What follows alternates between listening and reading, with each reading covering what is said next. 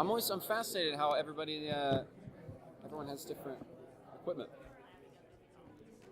His is the bigger brother of mine. Yeah.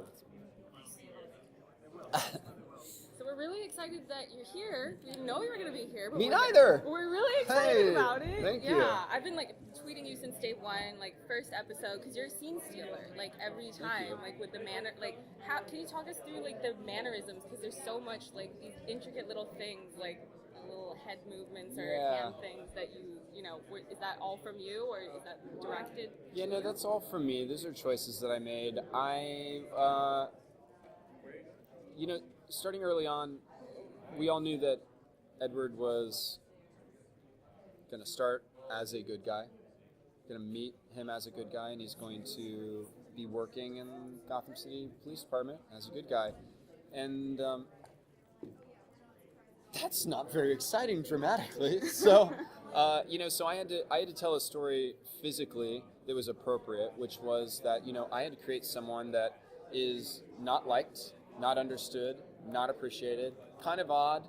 People don't really rely on him as much as they should because he's brilliant. So, I had to create a physical story, which is that this person is someone that not everyone's going to easily identify with or perhaps want to engage with. And a lot of that was about the way that he presents himself physically. Also when you have that active of a mind, what does that do to your body? If you're spending most of your time here and not on other people, how are you, what makes someone's brain tick? When you're moving that fast, what do you do? And also I'm kind of a long, lanky guy, and I thought it was an appropriate, with the costume designer, we designed his clothes, all of his sleeves are kind of short, all his pants are short.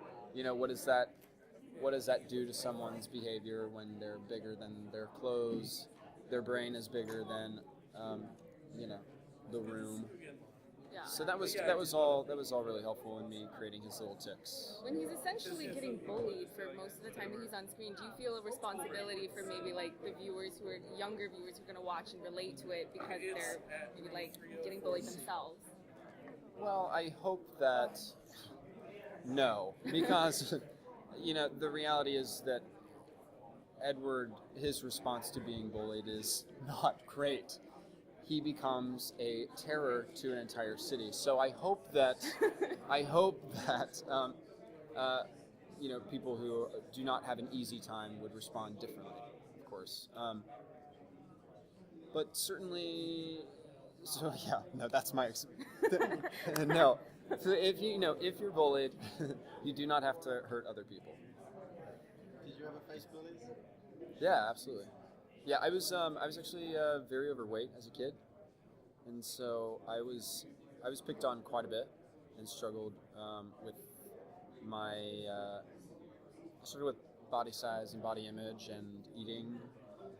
So that was my struggle, and it all changed, as I kind of grew up. So I know what it's like to not have a pleasant childhood. And then going back to Gotham then, but how much will we see Ed in the last 4? So much. Yeah? I spent a lot of time with Ed. Yeah, it's been very fun. And I think the perception of him as a person, how his brain works, and the kind of man that he can be will completely change when you see how he responds to circumstances that get super heated. He's met with his first real crisis. Getting fired and framing the medical examiner was let's on a scale of 1 to 10, let's put that around a 4 maybe, or 3.7, 3.8. You see him have to deal with a major crisis, and that is very, very revealing. You said that playing him as a good guy is not all that exciting from a dramatic standpoint. So are you looking forward to getting to explore his dark side in further seasons? Yeah, but the dark side is only as exciting as dark is only exciting when there is light, right? So it's been important, exciting, and imperative for us to show him that way, because the tragedy of his story is that maybe things could have been different.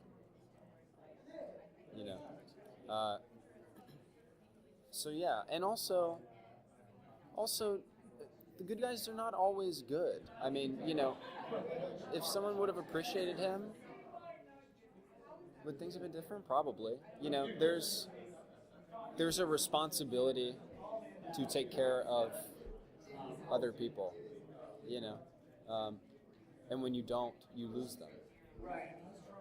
So, Have you gotten any indication of when you might wear the green suit or a variation on the green suit, some sort of reality? right. When? I don't know. I mean, he has to claim the identity of Riddler.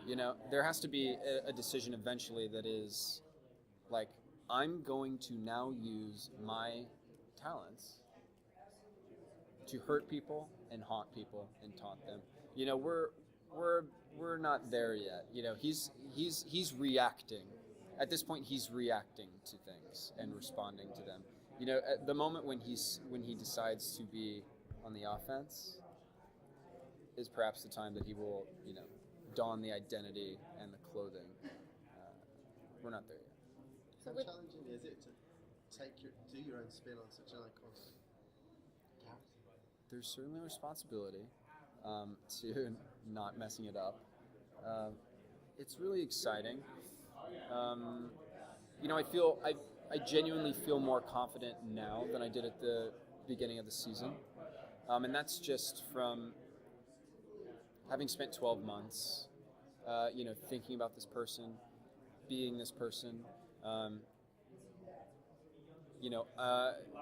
spending a year with the writers and producers, getting on the same page and like sharing, ideas for plots and, experiencing this year of like what's happening to him. So I feel like we've set him up to. I think we've set up a pretty complex person that can respond to events in a way that I feel like he is actually a whole human being and not just me being this character identity. So I feel good. Was that the question? What was the actual question?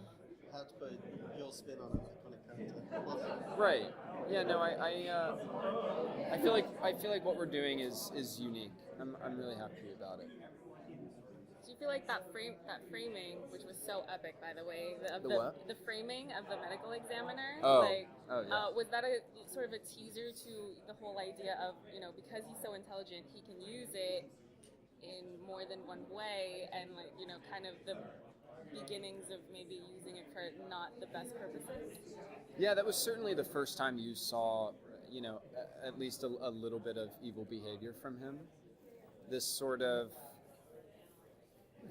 way of looking at a situation, saying, you had it coming, or you asked for it, you mistreat me, I think you would actually be better to be gone, not me.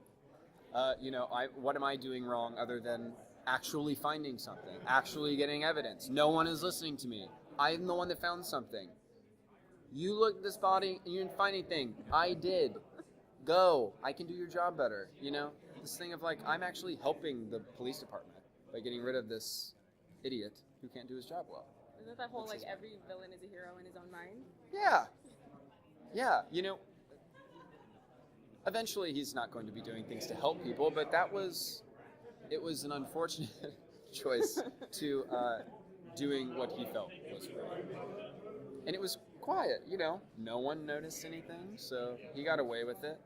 Noted. You're good at this. Did you tackle any sort of medical stuff in the research?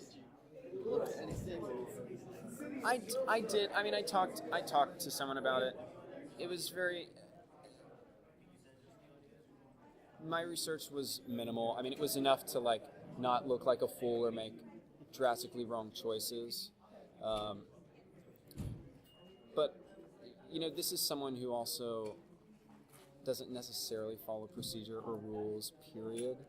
So I didn't want him to ever be shackled, which, I don't want him to be shackled by like, this is the proper way to do things. I mean, he's just going to do what he wants to do, It's more about like, making choices of like, oh, don't contaminate something. How do I do something? Make choices that are like, oh, I certainly wouldn't touch something like this, or everything else just likes to have fun. We're gonna wrap on that one. Thank you guys for all your questions. Yeah, thank you guys. Corey.